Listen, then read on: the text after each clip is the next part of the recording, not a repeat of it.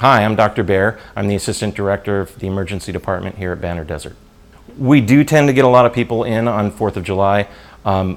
Typically people would assume that you're going to get a lot of firework injuries, and we do see a fair amount of burns from fireworks, but we also see a lot of injuries and accidents related to alcohol consumption, water issues, swimming and near drowning, motor vehicle accidents, all related to the holiday.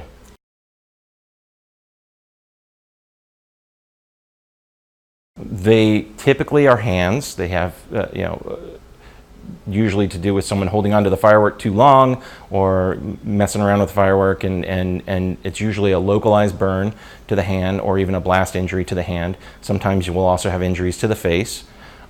Usually they're not terribly severe, but depending on how bad it is, they might need further care at a burn center.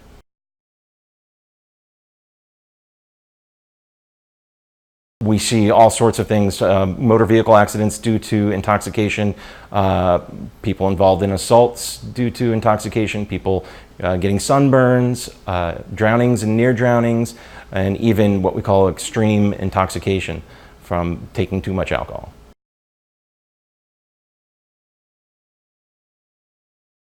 Well, typically someone who's severely intoxicated is going to come in appearing drunk. Sometimes, depending on how much alcohol they've had and how intoxicated they are, they could have respiratory suppression, in other words, not breathing very well. And in some cases, we actually have to intubate them and put them on a machine that'll help them breathe until they have metabolized the alcohol and are in a safer spot.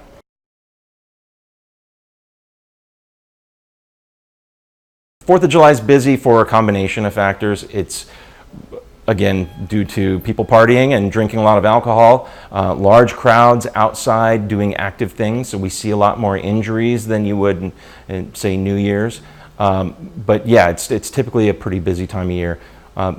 Ironically, it's usually the day after that's the busiest time of year. Typically the day after is when people realize just how hurt they are or how much something does hurt. Oftentimes a sunburn doesn't really reveal how serious it is until the next day. So usually the day after a big holiday is the busiest day in the ER.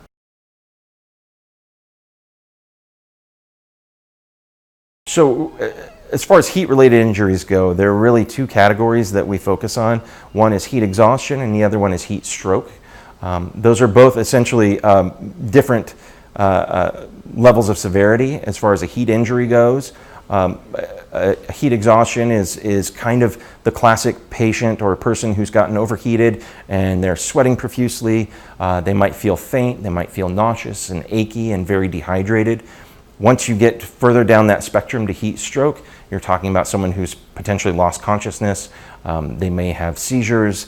They may have respiratory suppression or difficulty breathing. They can also have cardiac arrhythmias, so either a rapid or a slow heart. That's a very serious situation. That's someone who needs emergency care immediately. And certainly during 4th of July, people are typically out later in the day. They're oftentimes not hydrating the way they should, and so heat-related injuries are going to be more common. Alcohol does play a factor. Even though someone is maybe out and drinking a lot of alcoholic beverages, that's not the same as hydrating with water.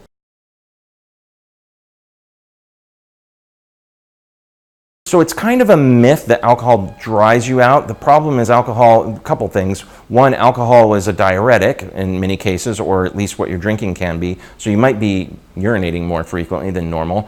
But also when you're drinking alcohol, you're not drinking straight water. So even though you feel like you're drinking a lot, you're not drinking the same volume in water.